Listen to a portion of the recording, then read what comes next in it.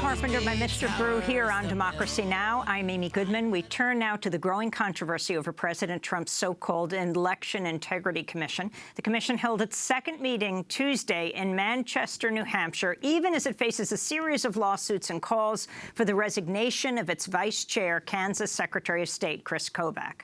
President Trump convened the commission to look into his allegations of voter fraud during the 2016 presidential election, but many voting rights advocates worry the commission aims to lay the groundwork for a nationwide voter suppression effort. At Tuesday's contentious meeting, the witness list was comprised of 100% white men, including the far-right pro-gun activist John Lott Jr., who proposed requiring voters to first pass a background check. I would like to just make a suggestion that might possibly help overcome part of this problem, and that is, think about applying the background check system that we use for purchasing guns, the NICS system, for voting. And, you know, Democrats have long been concerned about voter suppression, but they've also long lauded the background check system on guns. That's John Lott Jr., author of the 1998 book, More Guns, Less Crime, which some call the Bible of the gun lobby. Well, at Tuesday's meeting at St. Anselm College, the commission's vice chair, Kansas Secretary of State Chris Kobach, also claimed New Hampshire's 2016 election results were tainted by people flooding across borders to cast ballots there. Kobach was reiterating a false claim he also made in a recent article for the far-right news outlet Breitbart, where he is a paid columnist. In the article, he claimed voter fraud elected Democratic Senator Maggie Hassan, who beat out Republican Kelly Ayotte, citing people using out-of-state licenses as evidence. In fact, New Hampshire allows residents who have out-of-state licenses, like college students, to vote. Many residents with out-of-state licenses who voted legally in the election have come forward to refute Kobach's claims. His false claims drew criticism both from the host of Tuesday's meeting, New Hampshire Secretary of State Bill Gardner, as well as Maine Secretary of State Matthew Dunlap, who called the comments absurd. Making this equation that somehow people not updating their driver's license is an indicator of voter fraud would be almost as absurd as saying that if you have cash in your wallet, that's proof that you robbed a bank. I think it's a reckless statement to make.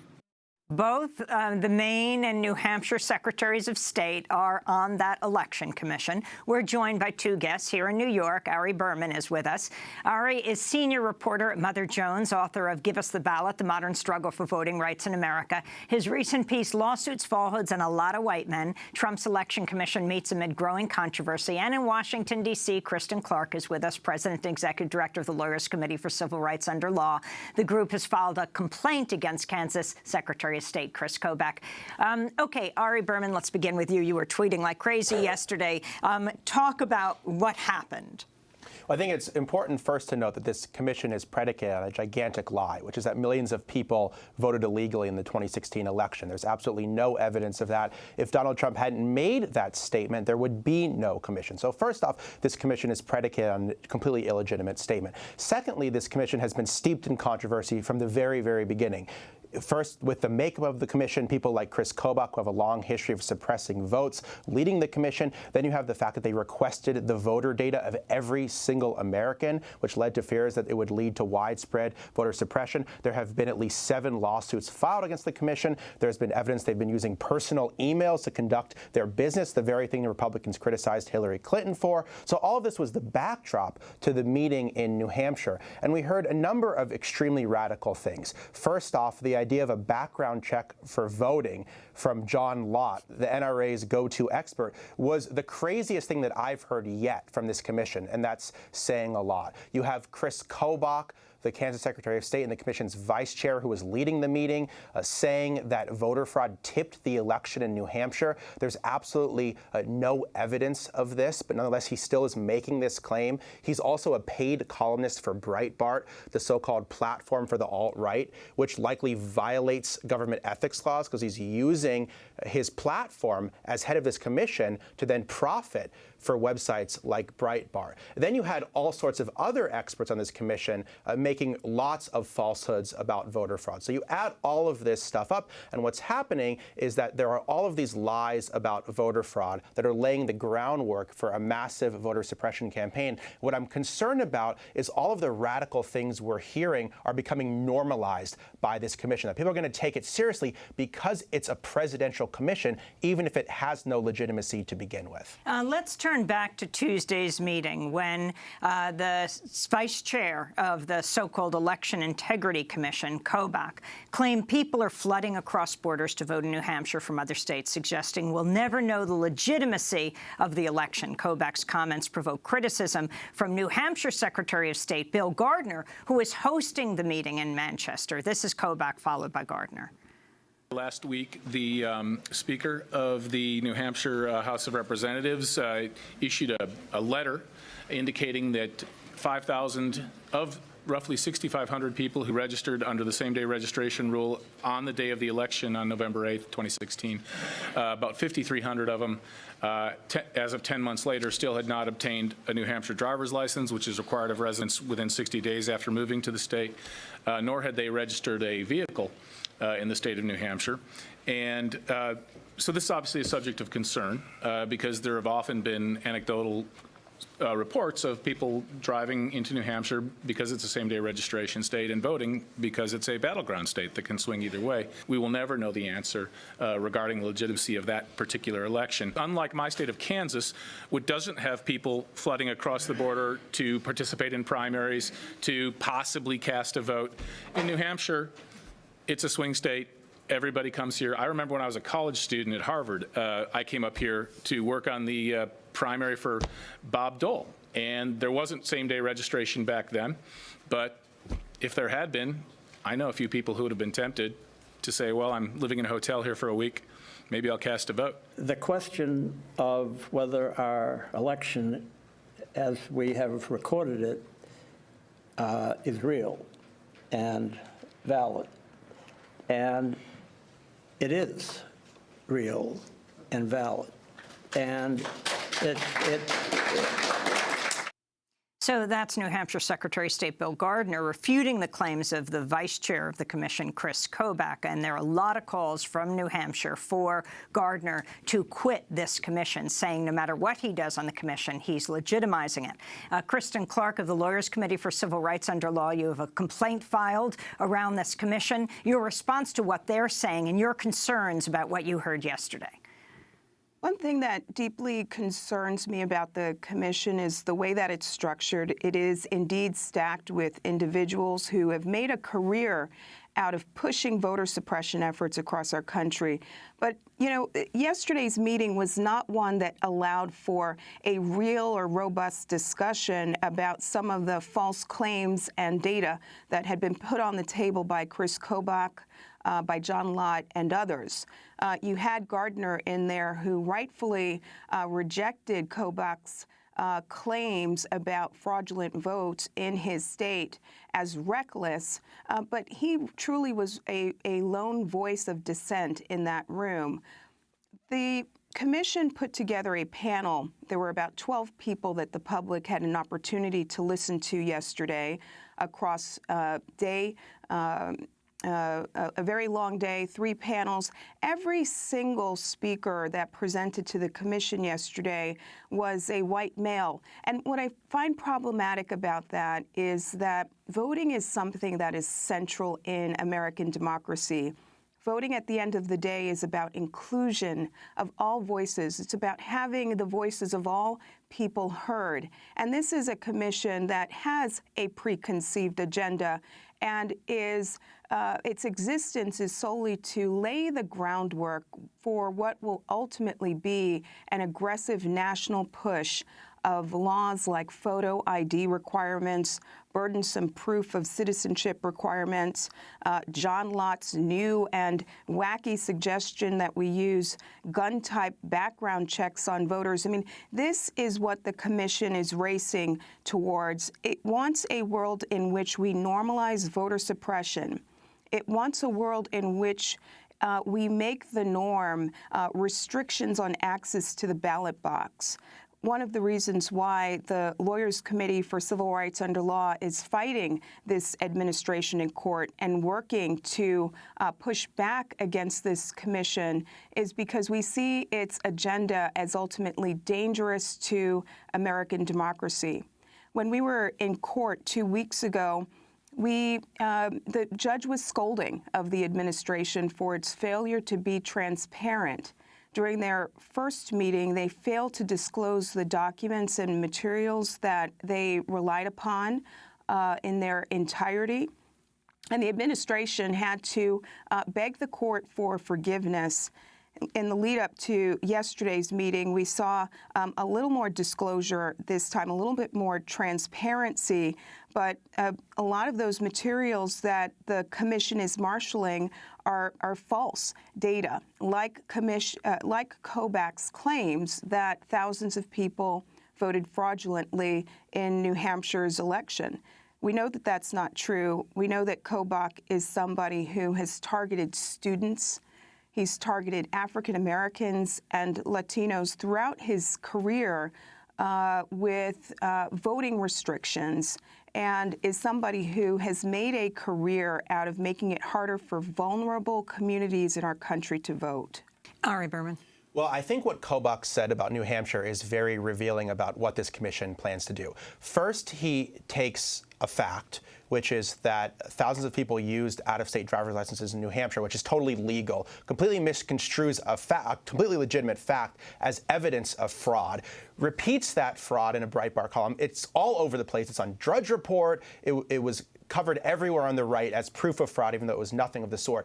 Then he's using that false claim of fraud to attack same-day voter registration in New Hampshire, which is really important because Election Day registration, the ability to register and vote on the same day, increases voter turnout more than any other thing you can do. Because a lot of people don't register before the election. They miss cutoffs. Remember in New York's primary, you had to switch parties like 6 months before the election. We have these crazy kind of laws. Election Day registration allows a lot of people who might otherwise not participate to be able to cast a ballot. And these are the kind of things they're going after. They're both going after policies that make it easier to vote, like Election Day registration, which are so important, and then they're trying to put in place all of these policies to make it harder to vote. And you look at what's happening in Kansas. Kobach cited his home state. Well, in Kansas, instead of Election Day registration, they have a law requiring proof of citizenship to register to vote, meaning you have to show your passport, your birth certificate, or naturalization papers to be able to register to vote, which a lot of people don't have those documents.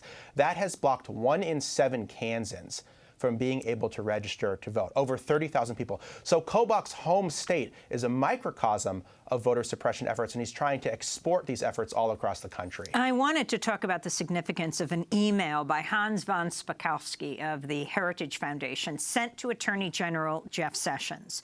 Spakovsky wrote, "If they are picking mainstream Republican officials and/or academics to man this commission, then it'll be an abject failure because there aren't any that know anything about this or who have paid any attention to this issue over the years." Talk about his significance and this email. Well, this is such an incendiary email, really a smoking gun email. Hans von Spakovsky, who's at the Heritage Foundation as a member of this commission, has been really the leading voice pushing the myth of voter fraud and pushing voter suppression efforts, both inside and outside the government. When he was in the George W. Bush Justice Department, in the Civil Rights Division, he was described by former lawyers as the point person for undermining the Civil Rights Division history of protecting voting rights. So he's a very, very controversial figure. He sent an email to Attorney General Jeff Sessions back in February of 2017, so months before this commission had even been constituted, saying that they should exclude Democrats, saying that they should exclude mainstream Republicans, saying they should exclude academics. All of the people who have expertise in this issue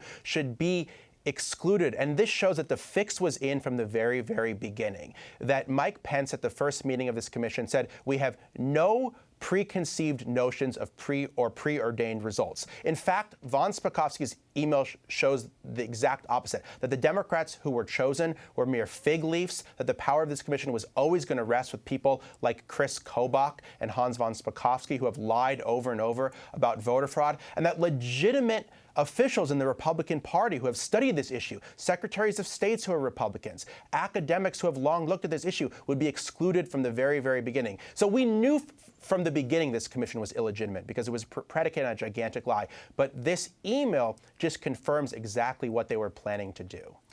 Kristen, I wanted to end by asking you about this report from Reuters. The ideologically divided U.S. Supreme Court Tuesday handed a win to Republicans in Texas by putting on hold rulings that said electoral districts drawn by state lawmakers discriminated against minority voters. Talk about the significance of this. You know, what's unfortunate is that this means that maps, redistricting maps that have been found to be unconstitutional will now stand in the state of Texas. Texas is an interesting place. This is a state now where multiple courts in 2017 have found that state officials have acted with discriminatory purpose, with discriminatory animus when it comes to voting. And that's whether we're talking about by instituting a restrictive photo ID law or in the way that they've redrawn district boundaries in different parts of the state. It's remarkable in 2017 to have a court find that elected officials are acting with animus.